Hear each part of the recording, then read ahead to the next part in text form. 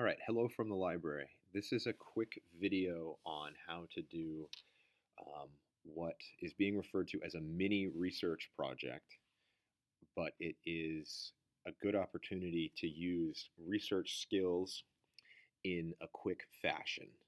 And any research is always hindered by whatever the due date is, but research is good to understand as a never ending process.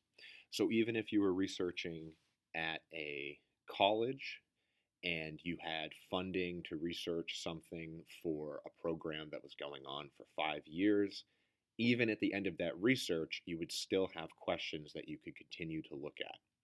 So, doing a mini research project is that even on a smaller scale.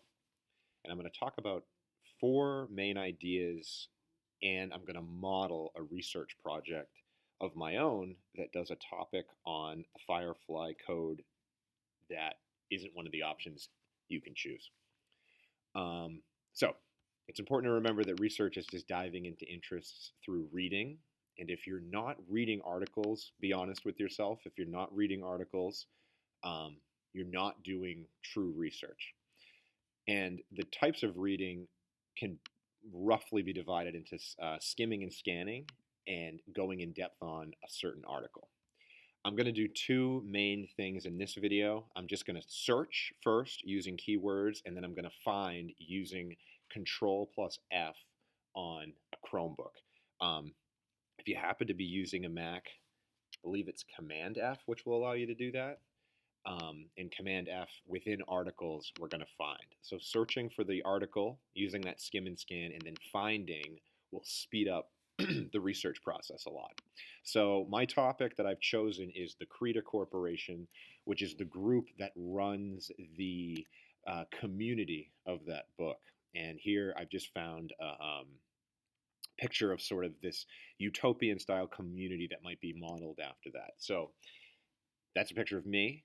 And the first thing I'm doing is I'm thinking. I'm not even going to the databases yet. I'm seeing why my topic might pique my interest. And there's a few ideas that I had in mind. On the side over here are two books that I've read. One was about the Kellogg's company, which is the cereal company that were working in a city, and they changed to a 6-hour day. So we typically think of labor as like a 9 to 5 thing, and they changed to a 6-hour day, and it was pretty rigorously documented by this guy. And it was a very interesting model of the way the company had inflicted or had affected the town's sort of quality of life, and the community events that they would do were all based around this workday. Here's a more sort of negative side to it. This is a fiction story by one of my favorite sci-fi writers, J.G. Ballard, where this city of Supercon becomes this sort of gated community where people work and live at the same time. And there's sort of a mystery that they're trying to solve in there, and it ends up being pretty gruesome, but very interesting book, and he's one of my favorite writers. The documentary Roger and Me by Michael Moore is something I haven't watched in years, but I do know that's about Flint, Michigan, and the effect that the community, the GM plant that was pulled out of there. Michael Moore made a documentary of it. I know that the Walt Disney Company set up a sort of specialized community at some point. I'm not too familiar with it, but there's this is sort of a map of it, and the Disney neighborhood was sort of like supposed to be this kind of perfect place, and I believe it still exists. But again, this is just me thinking, so I can go back and find these ideas once I go into the actual research part. And then bird scooters, you may have seen these around if you've been to a city recently. This is like a sort of new um, offshoot of Uber, where you can just get an electronic scooter with an app and take it around, and then you just return it somewhere. Again, I don't know too much about it, but I do know that they're around, and these are things that I've interacted with that sort of pique my research interest first. And interest is huge in research because it's what will drive you to an essential question and make a presentation about whatever your topic is really unique. So I started doing research, and I ended up finding a lot of different things. But what I want to show you first is just a quick way about how I've gone through to find one of these ideas. So if you head to the Wilson Library page, um, which you should all have bookmarked, a great resource is the button that says resources. And here is where I will keep any libguides that I'm building for classes. And these libguides will just, they're basically just a collection of useful links for you to use for individual projects. So on the Firefly code one, I have some other videos that are sort of more general. If you really want to go into something, for example, if this video isn't helping you that much, try one of these other videos. But we have quick links to websites and to databases. And there's an important distinction here because our databases are full of vetted sources, and we get them from a group called the Massachusetts Board of Library Commissioners, or we pay for them out of the district's budget. And these are maintained by people who are working to make sure that the unbiased, clear information and up-to-date information is put on things. Websites, on the other hand, it's important to note where the source of information is coming from. That's not to say that any websites are bad, but it is to say that you just need to be aware of those, and you want to use those web evaluation skills.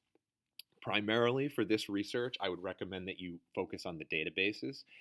In this example, I've used only this one called Research in Context, or excuse me, Global Issues on Context. In context. So a lot of the Gale databases will have crossover, but the global issues one does encompass a lot of what those topics were. And again, going back to my sort of footnote here about what I'm going to do, you're going to see me do a really quick keyword search and then a skim and scan through the results, and then I'm going to choose one to go in depth on. Now, it's important to note that I've already done about 3 hours of research before I've made this video, so I'm not going to sit here and read during this video. That part of the research is always hard to model in a lesson or a video such as this, but that's the part where you really are looking through the article or looking through a specific part of the article to see if it's going to be useful for you. So the first step is to come up with a keyword. And when I was thinking of the keywords from back here, I thought of this idea of the company town. And the company town is this idea that a company has gone and set up in a community, and they're the primary place where people make money and they search for information. So if I search for company town, I notice that it comes up as an autocomplete word here in the database. And whenever you get that, that means the database is a fan of your keyword, basically. So if I click on company towns, I get loads of results.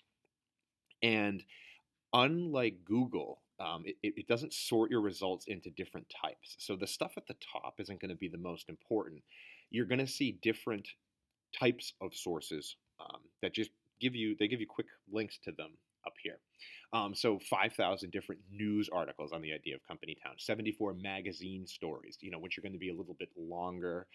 Maybe they were written over the course of months as opposed to a news story that might be written in a magazine on deadline. Certain images that you might be able to pull out. Captions are very helpful for research a lot of the time, for also generating additional keywords that I might put back in up here. Viewpoints are going to be sort of, again, the database is global issues. So these are going to be sort of maybe editorials or letters to the editor, as you can see right here, that sort of are swayed one way in favor of the issue that you're looking at. Reference materials are going to be things that are very clear-cut and unbiased and provide basic background information on thing. And audio, one of the nice things about these databases is they'll provide a lot of radio stories or maybe interviews that have been recorded, but they also provide transcripts of these things as well. And same thing goes for the videos too. I found a great video source that had a nice transcript. So I'm actually going to go right down to it now just to show you an example of that. Keyword has found me this video about Cook County, Kansas. And I recognize the last name Cook because the Koch brothers have been in the they're in the news every once in a while for different things, and this is from a news source, the New York Times. So this video, in addition to just being right up there with headline, excuse me, subtitles and everything, I also have a transcript of it down here. So what I'm going to do just real quick is do my Control F to see if there's any mention of company town in this entire article. So I haven't even started reading it yet, but I can just click in company and it's going to bring me to all the words that say company on here. So I can just quickly skim and scan the article with those words highlighted, and I can see, okay, company employees, company, and then it says Wichita, Kansas looks like a company town in many ways. So as I look through this article, I'm saying, okay, so this is Wichita, Kansas, and they're talking about how it is like a company town in many ways. So this might be a good example. The community in Firefly code, it's got Creta cars that pick people up, and everybody seems to work for that company. So how is Wichita, Kansas like that? How is that a real world analog to the community in the book? Is the question that's going through my head right now. So this article also, or excuse me, the transcript of this video is also not very long, so I might just read through this and see what I can find. So this is the part of the research that takes a while, and this is the part that I'm going to just skip right over right here because I've already read this article and I've already answered my question that you guys are required to answer. What did you learn? So I've done that research process and I found multiple answers. This Wichita, Kansas one is sort of a modern day example, as are these sort of factories that have sprung up along the Mexican-U.S. border. And I found another great keyword to search for in that way, which keeps getting blocked out here, but maquiladora. These big plants, and they tend to spring up, and then a lot of people in the cities end up working for them. I lived for a long time in Lowell, and Lowell was one of the mill towns that sprang up along the rivers in Massachusetts. Even the original Jamestown colony, I found a lot of that, like early exploration, was done on the backs of companies, and people were expecting to make profit. And then the Maytag company actually recently pulled out of a town, and there was a similar situation to what had happened in Flint, Michigan. So these articles I all found on the database, and I copied and pasted right into my presentation the the links to get back to them, number one, but also the actual citations, because those are right available on my source citation. So that is sort of the bulk of my research. And then, why is it interesting? I've connected it back to my interests that I showed you earlier in that on that first slide. And this last question is that continuing of the research. What questions or controversies emerge? So coming up with essential questions to continue research is key as well. So should companies be beholden to ethics and decisions by communities? How do we balance profits with people? What role do businesses have in the identity of a community? Again, I found some examples of companies negatively affecting communities and some examples of companies positively affecting communities. And the way that you talk about research, it should be that unbiased, and essential questions should not have premises. And I'm sort of looking at the facts, regardless of my opinion on these things, with the clearest possible head about me and in my responses. The other thing I've included in here are all my pictures that weren't included with any specific articles. I've put just the links with the simple title of the article right there. So that is a quick run through of how to do that research. Again, I went through this really quickly, but the reading part of it is going to be the most important. And for those tips, again, try that skim and scan. Make sure you're searching with keywords, and then within the articles, you use that Control F function to find things, and it will make your research go well.